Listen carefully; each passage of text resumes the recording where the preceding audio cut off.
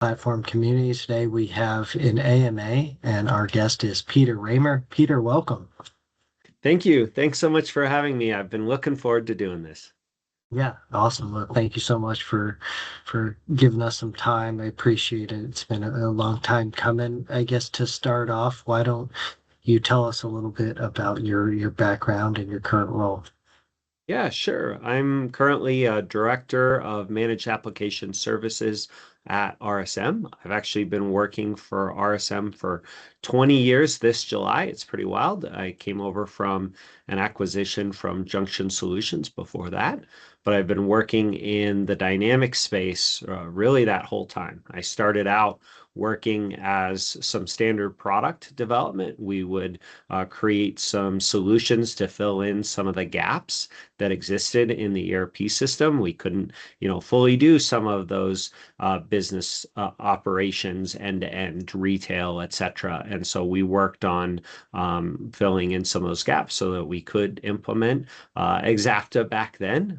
But then, kind of fast forward, we ended up selling some of our IP to Microsoft back in 2012 R3. And so that came into the product. It's fun. I have some code that is in base products, some of my claim to fame, at which point I really transitioned to being more of that remote consulting role, helping out with our implementation teams, as well as working with clients after the fact to really optimize that investment into Dynamics.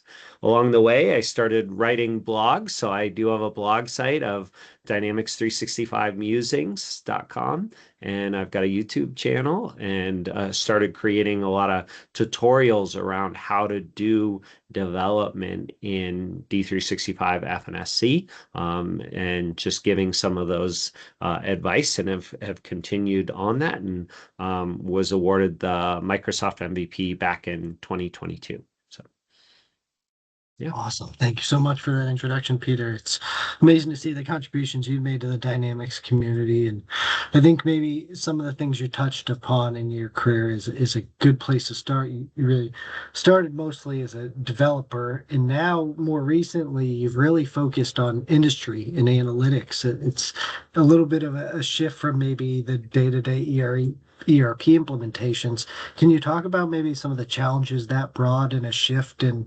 what you're focusing on day to day? Absolutely. Yeah. Thank you so much for bringing it up. Yeah, one of the cool programs that I was able to get involved in about 3 years ago now was at RSM.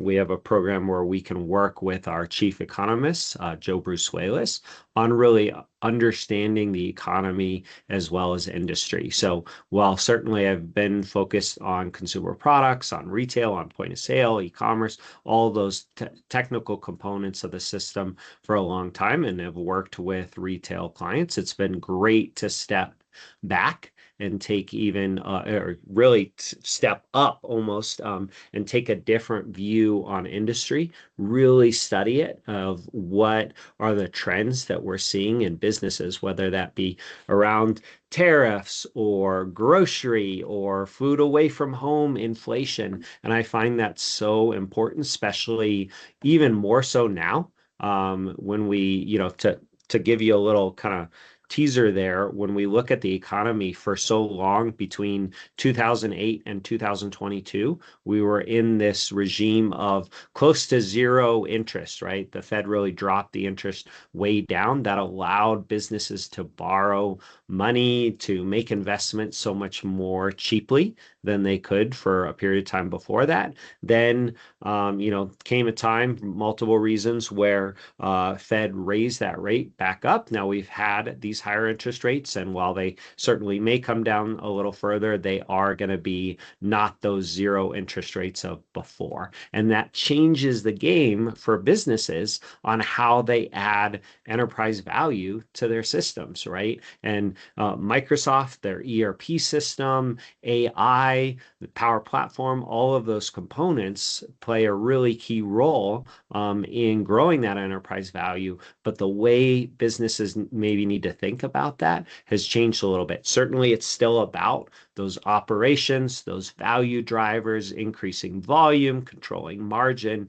But yeah, I think it's that much more focused now on that operational efficiency and excellence, even more so than it was during that period where money, the cost of capital was so much cheaper. So I find that really fascinating. And I think that's given me a different perspective on how we go about working with these clients, helping their businesses, what we focus on, and making sure that it truly is those levers to make them more profitable, to grow their enterprise value, as opposed to the many other things that businesses can work on.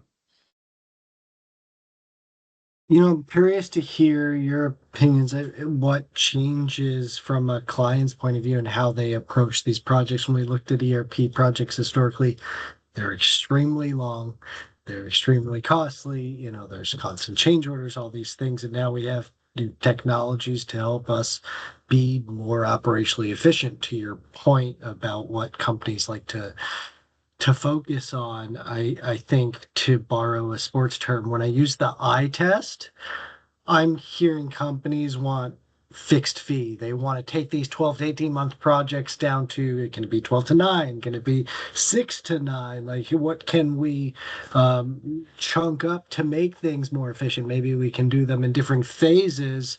I don't have numbers to back that up, but it feels like it's swaying that way to get the efficiencies. Sure. What are your thoughts, or have you seen anything in that vein? Yeah, yeah, I think it's certainly interesting to talk to lots of people and different consulting firms, et cetera, to see those directions. But I do see that. I think again that interestingly goes back to that cost of capital. It's one thing when you go, our interest rates are low, so borrowing a few $1 million or making that investment to implement an ERP system, if it takes a little longer, oh well, that's not a huge cost. Whereas when you have slightly elevated interest rates from what it was previously, at least, then it's that time, that borrowed money makes a difference. So the faster that we can implement, the time that we can actually get that higher cash flow and that return on our investment, that becomes important. It's not just about a successful process. It's how do we stay on task, and which are the players, the people, the tools, the methodologies that we can follow to be really efficient. So I think that's a fantastic question. And I think, but part of it is focusing on, okay, what do we need? What do we need in Yeah. phase one to get that system up and running, data migration? What do we need for that cash flow to start coming back in? And then, instead of maybe doing one big bang, we want to do everything all at once. Can we break that up into a phase two, a phase three, phase four, et cetera? As well as just there's the change management piece of it, right? You've got people who are trying to migrate from an old system. There's concerns about that. How much can they learn? How quickly? The intake can be overwhelming for people as they continue to try to do their day job and keep a business running. So it can be effective to sometimes break up those pieces, target what makes sense, and oftentimes too, the goal of a new implementation is not just to take what you did before and do it again in the new system. It's Right. what are those processes we can do differently? What are those processes we can even throw out? What are the processes we can automate now so that we are not having them? And so I think those are key questions that sometimes when you're moving too fast or trying to do all at once, you're just doing a true lift and shift instead of, a lift and a redesign, right? Yeah, yeah, absolutely. I think that's a great point, and appreciate your take on it. I could ask you questions on this all day, but this is an AMA, so I want to respect the community and the questions they've sent in. There's a bunch that people have sent in beforehand, and for those who are dropping in during the call, feel free to use the Q&A or the chat to enter your questions as well. A question came in by someone named Bo Suizo. I'm not sure I know who this person is, Hmm. but a different maybe topic than we were talking about previously. What's one thing you would tell new junior consultants to focus on in their first year?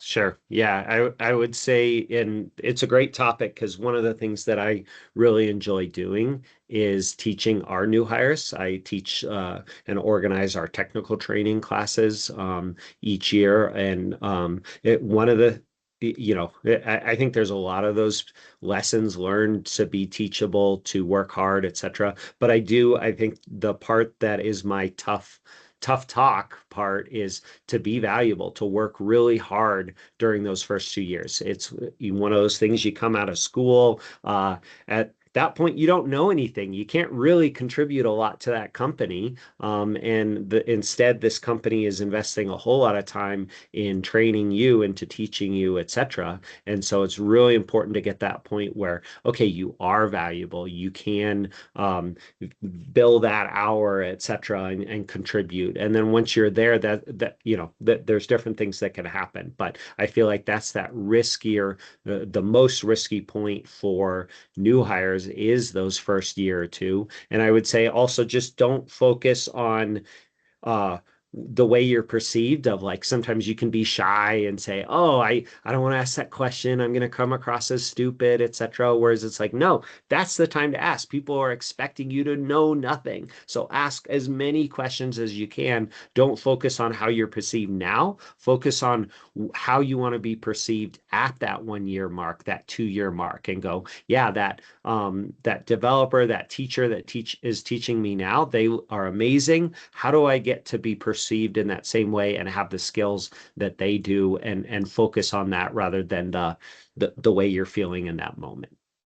Yeah, I totally agree. I think, it's probably tough for people at the start of their career to realize it, and they hear people like us say things like this and probably roll their eyes, but it's easier for them to obtain and absorb and get knowledge now than it's ever been before. So take advantage of, hey, I can just call Peter or message him on Teams if I have a question about this topic, Yeah. or I can use Copilot or ChatGPT or some other tool to research things a lot more efficiently than having to go talk to somebody who's done it before or go get a physical book.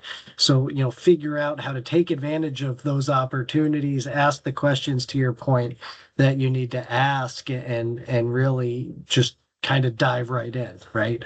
And, get the most out of it that you Yeah, absolutely can. So, one of the stories I've told multiple times, but I think again it's just an experience that stuck with me. When I started, yeah, we just had a physical manual, printed out pages that I, had to read for 8 hours a day for a couple of weeks and try not to, fall asleep as a new college grad, etc. And it was really tiring. So when I got my first assignment of, okay, here you're going to build this, I was thrilled. And I had this coworker, and she wrote up on the whiteboard some things that I needed to do. And I'm like, oh, this is really helpful. This is what I need. I don't know what it is. But then shortly afterwards, she just started erasing the whiteboard. And I'm like, is this a test? I need that. This wasn't the day and age where you could just quickly snap a picture with your phone. right. So I'm like, oh no, years later, I learned she just was really, like to have the clean whiteboard, wasn't trying to help me not get those notes that I really needed. But now, yeah, between Copilot and annotation and recording and transcripts and everything we can ask, we can, really a leg up. So it's like, take advantage of that, be creative. For that a bow guy that you were talking about, I assume they're starting off more early in their career. So I would just say, keep at it. You'll get there. Just keep learning from people, and you'll get there. So that's my encouragement for you. So That's great advice. We had a question from an attendant, someone in attendance, to add, if you were starting fresh in the dynamics ecosystem, specifically where you focus on build a strong long-term career. I think back when I started mine, slightly different from yours. It was a little bit more of like a business analyst background on the functional side, using an early version of legacy AX prior to Microsoft, taking over the product. And there wasn't the backbone, I think, of the industry now, right? There was, things like the MVP community, Microsoft's investment and their training opportunities, and the fast track program, and all these things that publish great architecture and documentation didn't really exist. I think the thing you had to do was just really dive in and be hands-on in the product. I would still suggest that if for somebody early in their career, you can gain a lot of knowledge and architecture and background and framework from everything else, but then apply it. You still can't be afraid to be hands-on. I think that's always going to be the best thing for you from my standpoint. But curious, Peter, to hear any additional advice you have. Absolutely. I think that that's always the challenge. The question we have now with such great AI tools out there is, okay, but what are we losing with so much of that knowledge, in terms of training people? What is in someone who's been doing this for 5 years or 10 years? What are those skills that they've learned? And how do we make sure that we have new people who are coming in still encounter those skills? And some of that is that dogged determination to just keep going and to figure it out when you do get stuck. And so I'm sure that'll happen at a different level, but maybe at a higher level further along in that problem solving chain. But the understanding and creativity to be able to reach out to people, to ask questions, to put in the time debugging a solution and not give up when you don't immediately get the answer is really important. One of the things that I tell people when I'm recruiting is the thing that I really appreciate about my role is I do a lot of problem solving. A lot of what we get are, hey, I'm getting an error message. How do I figure this out? How do I get past this? And it's always new every day. There's so many new things. When we get something we've seen before, great, that's a quick fix. But oftentimes it's, oh, I haven't seen that before. We got to figure that out. And while that's challenging, that takes energy compared to a job where you do only 10 things and you do the same thing every day. When you're challenged by that new problem, it builds some resilience, right? Some Yeah, incredible resilience where you go, oh, absolutely. once I've solved 10 problems, 100 problems, 1,000, 10,000 problems, what problem can't I solve, right? And then I take that into my everyday life. When something breaks on my house or whatnot, it's like, well, I can look up a YouTube video and try to solve it Right. myself. But I think it gives some of that confidence that, yes, if you put in that work, if you use that creativity, you try to leverage the skills in an effective way, you can solve some pretty difficult problems, and it's very satisfying, as you come in through the other end of it. Oh, quickly out of that, maybe we'll move to the next question. I look at it, it's different for different people. We touched on maybe associates or juniors, and I've been in companies and I'm at one now that invests in those types of programs. You have some that actually have the product knowledge. Maybe they came from the end user side, but they haven't been in the partner channel and need to learn the ins and outs of that. Then you have some maybe that came from a different ERP and now they're coming in the Microsoft ecosystem. So there's different things they need to focus on. You may or may not go to a partner that has a specific industry focus. I know for me, early in my career, my manufacturing knowledge was limited to the companies I worked for. I didn't have a lot of process manufacturing knowledge, for example, earlier in my career with food and beverage and healthcare and things like that. And I've probably spent more time on projects and with companies like that in the past 3 years than any other type of project. So it ebbs and flows, and there's going to be different things to focus on, whether you're early in your career or late in your career. And you'll have to use what resources I think are important for that. We'll do one more question on maybe the consultant side, and then we'll get to this question that's here in the audience. I think this was another follow-up from Bo. After first year, what's good to focus on, but then what makes a consultant go from good to great, or what can differentiate good consultants from the best consultants? Yeah, and I think one of the things as I work with other people is you can set your career trajectory. If you picture like just your normal XY graph, right? You can have a line that looks like this and it can have a certain steepness or like this. And while certainly we don't always grow at an even pace, I do find that it is just putting in that work day in and day out and working diligently can make that difference. And while you see that as a small difference when you've got two lines that are at a different angle but are next to each other early in that career, over months and weeks and years, that difference makes a bigger deal at the end. So I would say that effort level makes a difference. I would also say leveraging those people that can really teach you things. As someone who is a content producer myself,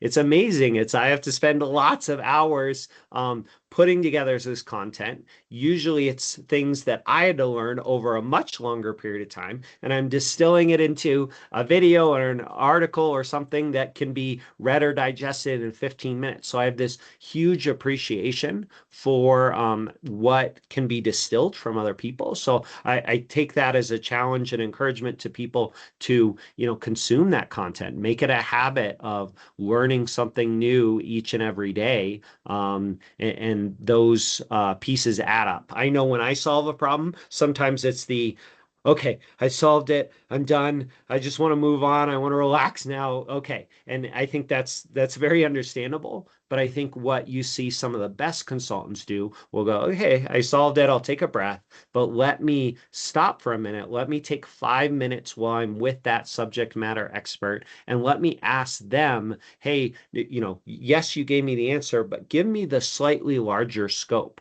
of tell me about that process manufacturing. How does this work? Can you give me the larger spiel so that I can put what I learned into context that I can build upon for the future instead of just a quick answer that I'm going to forget tomorrow? Yeah.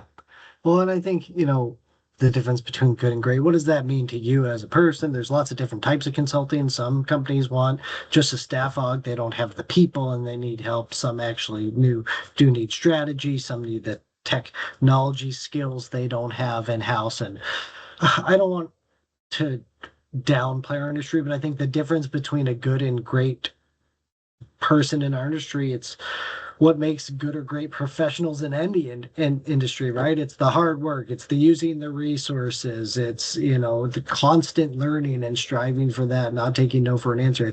It's all of those good traits that make somebody excel in their profession, and we just have maybe different tool sets that we use to get there for sure.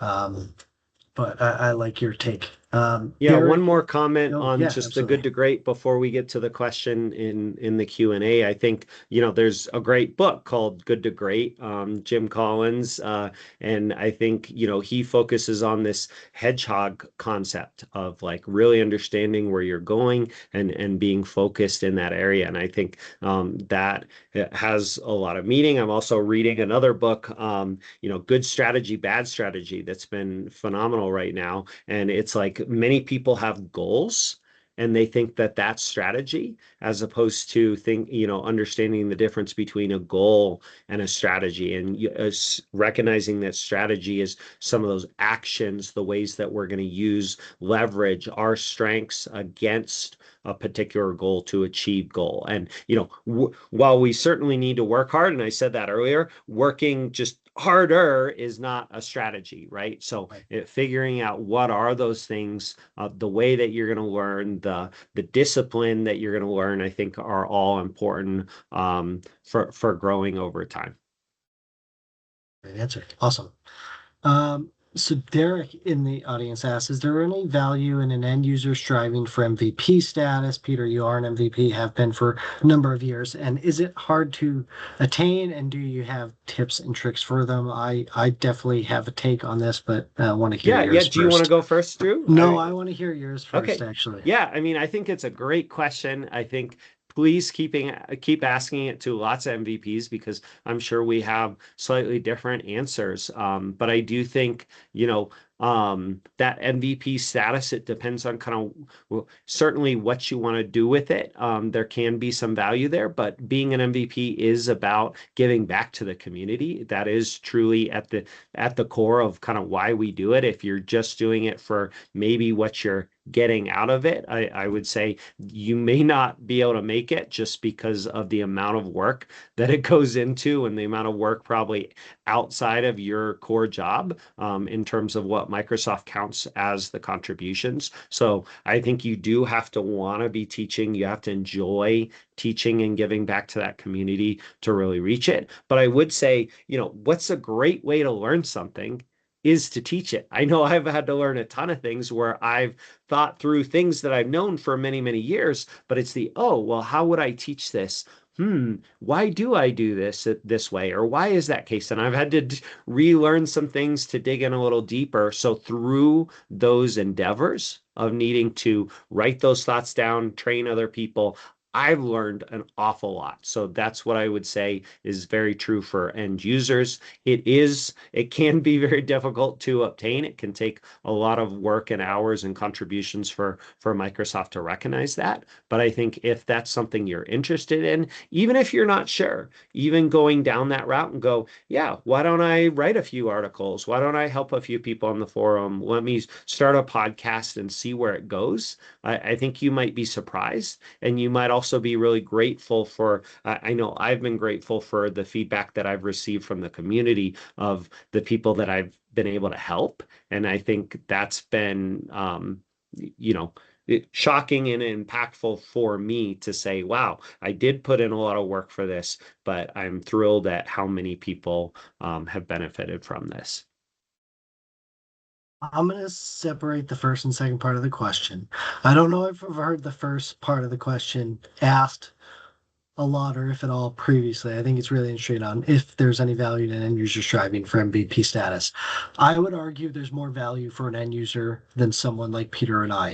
And I say that because the programs you're offered once you get MVP status, and I think I think it's easier for us as partners to get it, right? A lot of us are already have programs with Microsoft where we're getting preview features, where we're working with Microsoft. We're kind of ahead of the game in terms of what's out there and invested in trying to get an early insider and push ideas and change the way these systems work and how we can work with clients.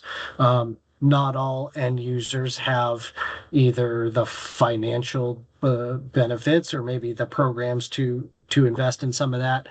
But what you get out of the MVP program and working with Microsoft, the relationships you get with partners, the information you get from them, the way it can help you think and change your organization, maybe some of the licensing and tools you yourself could perhaps get and learn and advance your skill set. I think that is actually a much larger gap for end users to get. So I would argue that value for an end user getting it is hugely beneficial for them and their organization potentially than a single user at a partner. And I think there's probably much less end users, I don't know for sure, but that have it than partners when you look at who are MVPs across the different platforms, at least definitely in the ERP space, knowing who's other ERP or business applications MVPs. In terms of is it hard to attain, I agree a lot with Peter, right? It takes a lot of time.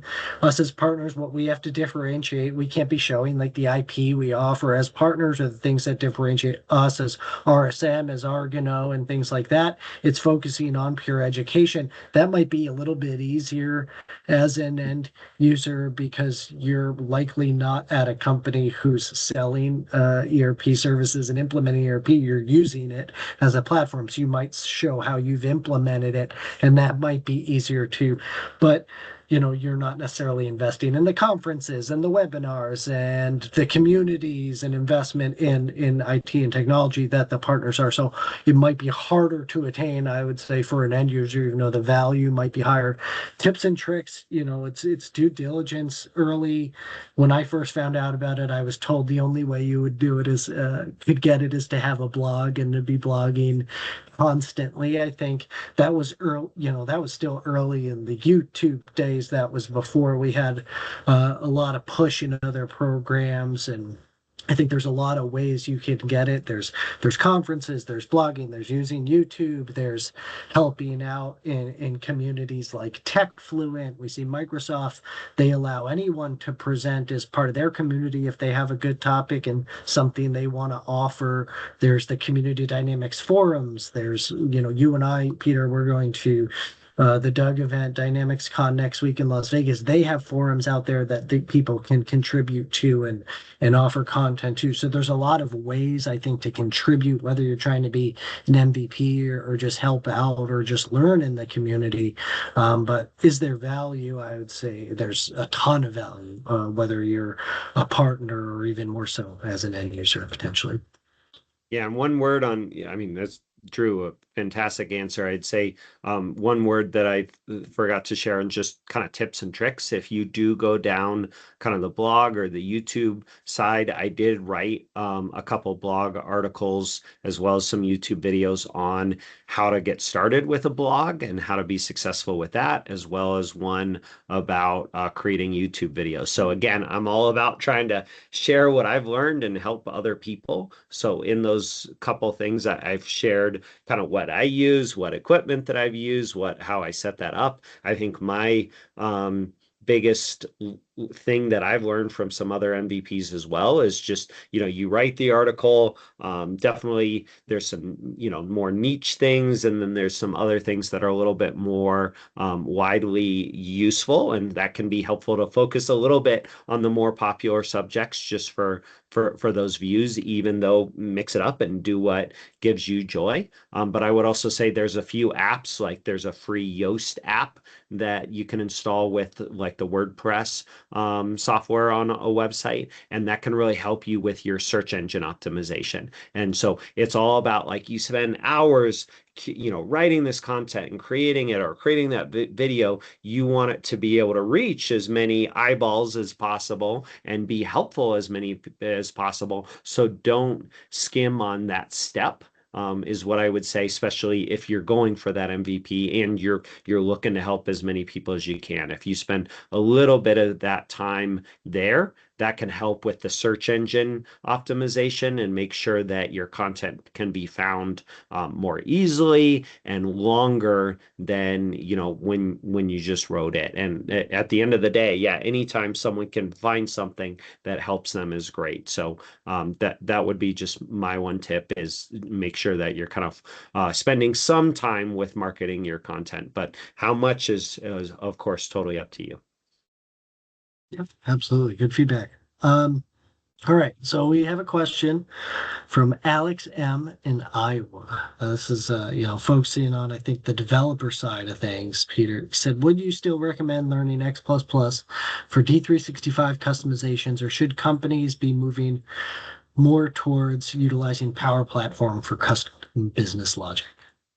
Yeah, it's a great question. I do think, you've got both of those, and it kind of depends on which businesses you work with, but there's still just so much code that's out there from a Microsoft standpoint that's written on X++, so many ISVs, etc. So I don't see that going away anytime soon. I think the nice thing about learning programming languages is once you learn a few of those high level ones, whether that be C# and X++ or JavaScript, so many of those look very similar, and the syntax differences can be a little bit more minor. And then certainly, to our comments earlier, there's so much more tools that can help you out, whether that be AI. You can have it give you a great starting tool. You can have that Copilot in Visual Studio with you to help generate that X++ code and those objects. Or there's some great videos from some guys out there, right, that can teach you. So I would say you don't have to limit yourself there. But I do think, yeah, which choice you make, that can be a little bit of a matter of what skills that you have in your organization, whether you're a partner, or an end user. So you can pay attention to that, as well as just kind of your licenses. Those are things you want to pay attention to and where you're storing space going forward. But Yeah, yeah, a great very good. question that I'm curious to see how that plays out over these next handful of years for sure. So Absolutely. Um, Kind of continuing on maybe the theme of everybody lately with AI and agents. I think the obvious tool, people are going to say Copilot, and there's different Copilot solutions we can use. There's different parts that Microsoft sells. There's M365 Copilot, there's GitHub Copilot, there's Copilot Studio, there's the generative help and guidance features within D365. Yeah, let's maybe set that aside for you in your career and what you're trying to do to serve your organization. Are there other tools, or maybe without giving away any secrets or IP knowledge, are there problems maybe you're trying to solve right now and figure out how AI can help you? yeah, and that's a complex answer, or complex question as well, because I think there's just so many aspects of it. I've certainly enjoyed playing with M365 Copilot, so I think that's really useful. Microsoft recently has their Cowork agent within that. That's, I think, a game changer in terms of just how it can think longer and process a little deeper. You can schedule some of those pieces. So I think that's a component, but besides so many other things that I can talk about, whether that be AI within FNSC and the agents that are creating, I think if I were again to take a step back, think about it from an industry level and a different perspective, I think it's important to understand AI is fundamentally different than some of these things that we've done. And in some ways, not so much. But I think when we're making the mistake, it's, oh, we're dropping in some software, right? We're Yeah. installing some software, when instead we need to be focusing on those business outcomes, right? Not just, oh, we wrote some code. And AI is that much more the case. It really is a a governance engagement, not a software sale when we talk about AI. So that really does mean we have to pay attention to the data end-to-end privacy. How are we bringing about that outcome? What are the checks and balances? What happens when it's not working how it should be? What are we doing to have it grow and maintenance? All those things that certainly have aspects within software. But I think that's important for people to pay attention to is, hey, are we thinking of this more holistically, not like a vendor before I just installed an app and it has one tool purpose. The power of AI, the value of it really is when we can be more end to end, connect further processes and tasks together in ways that we can't do before. But that takes a different kind of architecture than, yep, install this software. Right. You mentioned Cowork. I know there's a number of, I think they're calling frontier Yes. agents that Microsoft is implementing. I got a chance to play with App Builder this week. I think for me, that's another one that's really cool. I've never been somebody who's been able to work inside of Power Apps.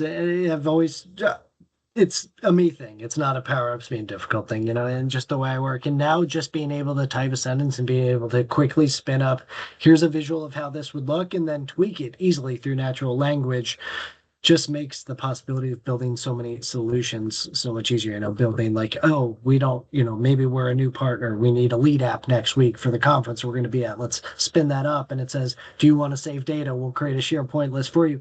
Being able to do that in minutes and build solutions like that is just mind blowing compared to where we were even just a couple of years ago. So I love to see that transformation and being able to take part in it and learn from it. All right, so there's going to be a lot of AI talk continued next week. Maybe we'll table that, set that aside. We'll talk more. One more question about MVP program, and then we'll wrap things up with a couple more questions. MVP program, it has a lot of benefits. There's a lot of stuff in NDA. We can't talk about it, but I think in general, there's a lot of stuff we can talk about and what it brings to us as community members, as partners. We talked a little bit about end users. What is the thing that you value most, Peter, being in this program for so long and the things you've been able to learn from it and do with it? Is there like a single thing about the MVP program that really stands out for you? Yeah, I mean, it is tricky because there is just so many great things, but I think it's got to be the community. I mean, both MVPs and non-MVPs. I think the community's been phenomenal, but I know I've made some phenomenal friends that are MVPs that I really value. Some not so much, right? There's some MVPs out there that have a little too big of heads, but you know Not me. that's totally fine. I'm mostly kidding, but yeah, I mean, I think anytime you have a group of people who are passionate about something, it is really fun. You can learn a lot from them, and you get that synergy of people who are working in the same direction, that encouragement. We talked about career growth before. I think it's important not to limit yourself in your own view of a perspective, but when you get to bump elbows with some people who are just phenomenal in their field, right? It's just really encouraging and as well as humbling and encourages you to kind of strive for that next thing. So I think that's been my favorite part about it. It's certainly been great to see and learn about what Microsoft's moving for towards next. And certainly we've seen a lot of growth even just over the last number of years, and it's kind of a shifting attitude towards how we go about helping businesses. Yeah, absolutely. Totally agree. Um, I MVP program, the community piece is a huge part of it for me as well. We're glad to be able to contribute in lots of ways. Next week is one of the ways you and I have decided to spend our time. We're both going to be presenting at a conference next week called Dynamics Con, put on by Dynamics User Group. Can you talk a little bit about some of the sessions you'll be doing and how you'll be spending your time there?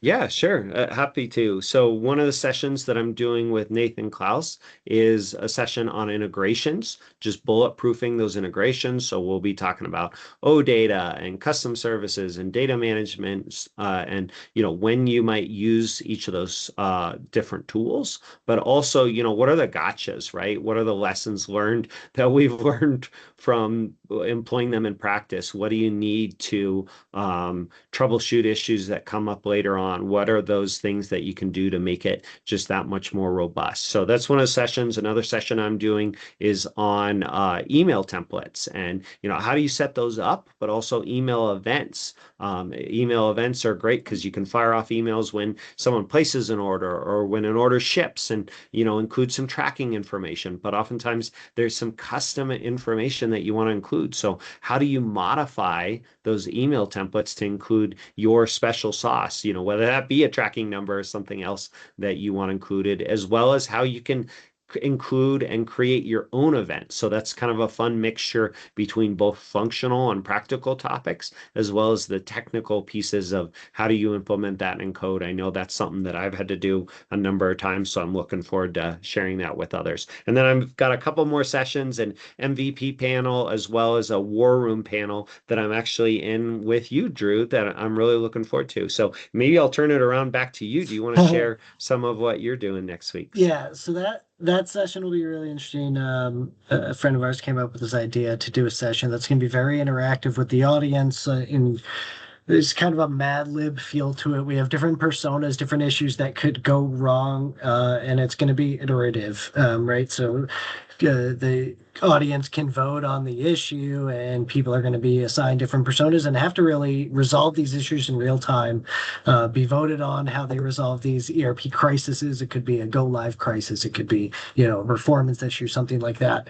We'll both be in that with a bunch of other MVPs. I think that session is really cool. To tie it back to one of your earlier answers, some people, have big heads. One of the things we have to deal a lot with, whether it's in a panel because you're going to be asked questions you don't know, or whether you're being in front of a customer trying to resolve an issue in real time, it's it's trying to be efficient and resolve their issues, and that can be stressful, that can be difficult, and especially if you're one of those people with the big egos, and the niceties go out the window.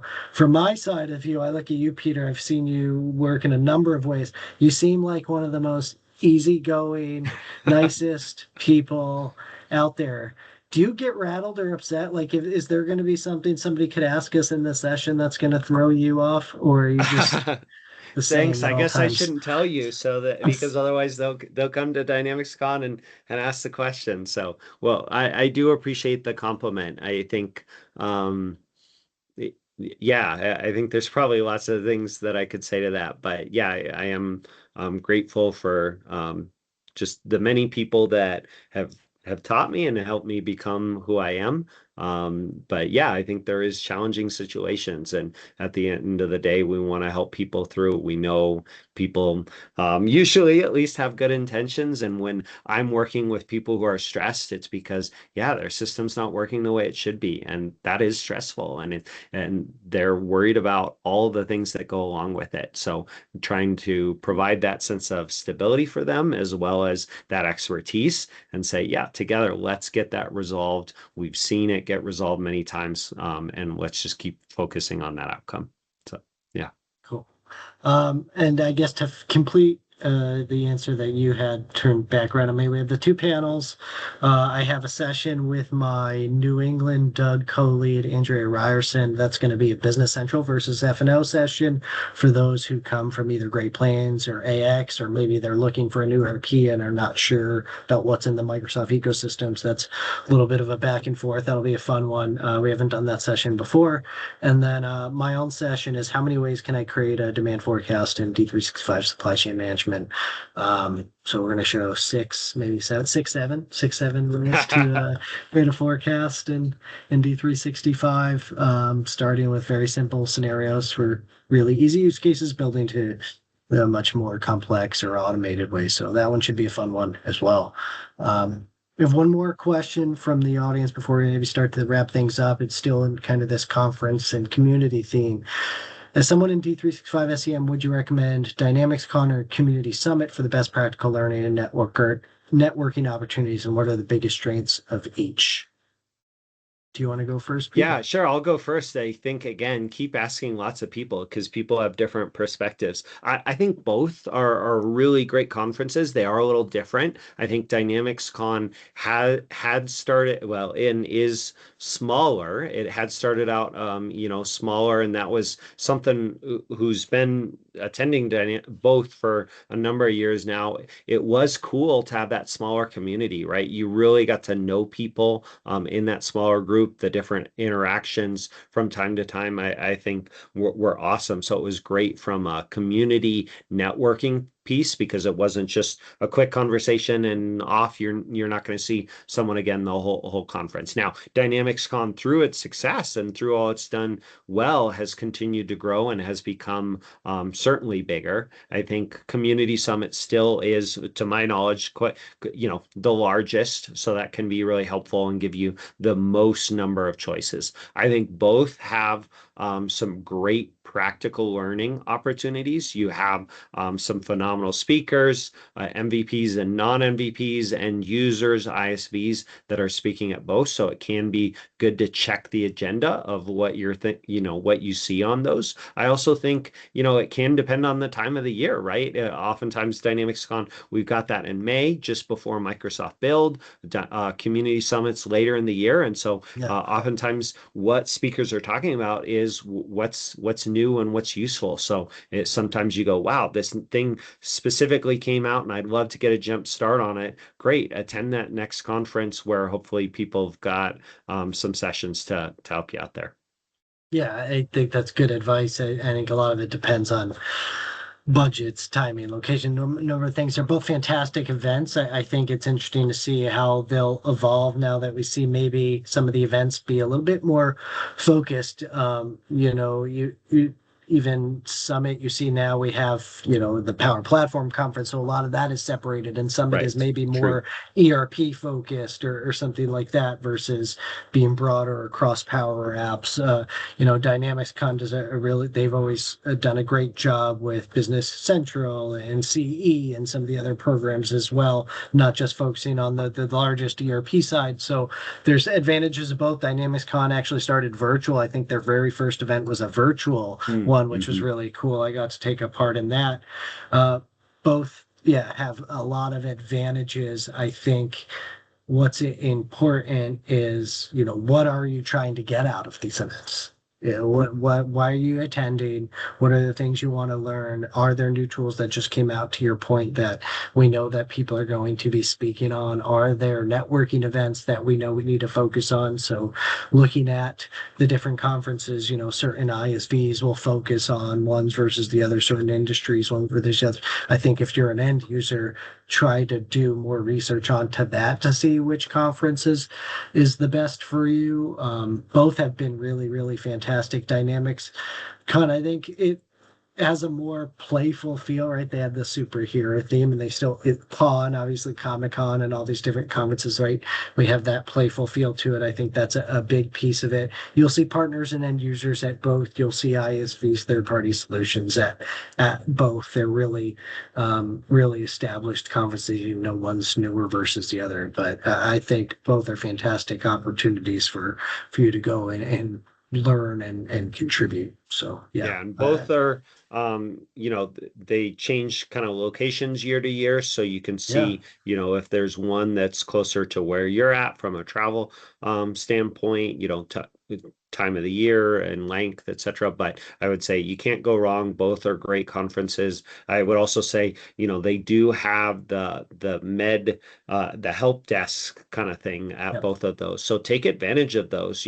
Certainly there's the sessions themselves, but go talk to some people and say, hey, I have this specific question, and maybe there's not a session on that exact topic, but talk to some people, get some help, and people are willing to help. And I think outside of that, look at what else either both of those companies and the sponsors and others offer, right? So Summit, the thing they started doing a couple of years ago is they do these road shows as well, right? So they'll Yes. pick cities. They start in North America. I think they did even worldwide this past year, perhaps. And those are free events typically. So one might be coming to your city. You get a full day, you get speakers and all sorts of different tracks and products and thought leadership. So those are great events if you either can't afford it or timing wise, the conferences aren't great. Doug has local user groups all over the place. People host events, both virtual and in person. So try to find out some of those avenues to network. If you're looking for companies who do similar things to you, or you want to know what partners and ISVs and companies they work with, those are sometimes more valuable even than the conferences are. Yeah, we just had one at the beginning of April it was the Rocky Mountain Dynamics Con, essentially regional. We did that in Denver, and that was great. And it's great because it's just kind of a one day focus. You get to meet a lot of people in that same area. There are people that you can see again more easily than sometimes across the country. So great events. And then I would also, again, recommend as you get to know those folks, look for what they're posting content wise, whether that be on a blog or YouTube, because those can be great ways to pick up some of those lessons as well. Awesome. Thank you so much, Peter. There's some other questions from someone called Nathan in Detroit. They seem like jokes, so we're going to exclude those questions from the broadcast and move on, and maybe he can ask them in person next week. Seems like a good idea to me. But Peter, want to thank you for your time. This has been awesome to hear from you and learn from your expertise. Looking forward to everything you're premiering next week and seeing you in person. Anything you want to say to everybody before we sign off? No, I wanted to thank you, Drew, for having me. I know we've been friends for a good long time, and you've just always been so supportive and always enjoyed spending time with you. So thank you so much for having me here. Absolutely. Appreciate it. Pleasure's all ours. Thank you so much, Peter. And thank you to everyone in the community for sending in your questions. For those who are in attendance and able to contribute here in the Q&A, really appreciate that. And looking forward to seeing everybody in Las Vegas next week.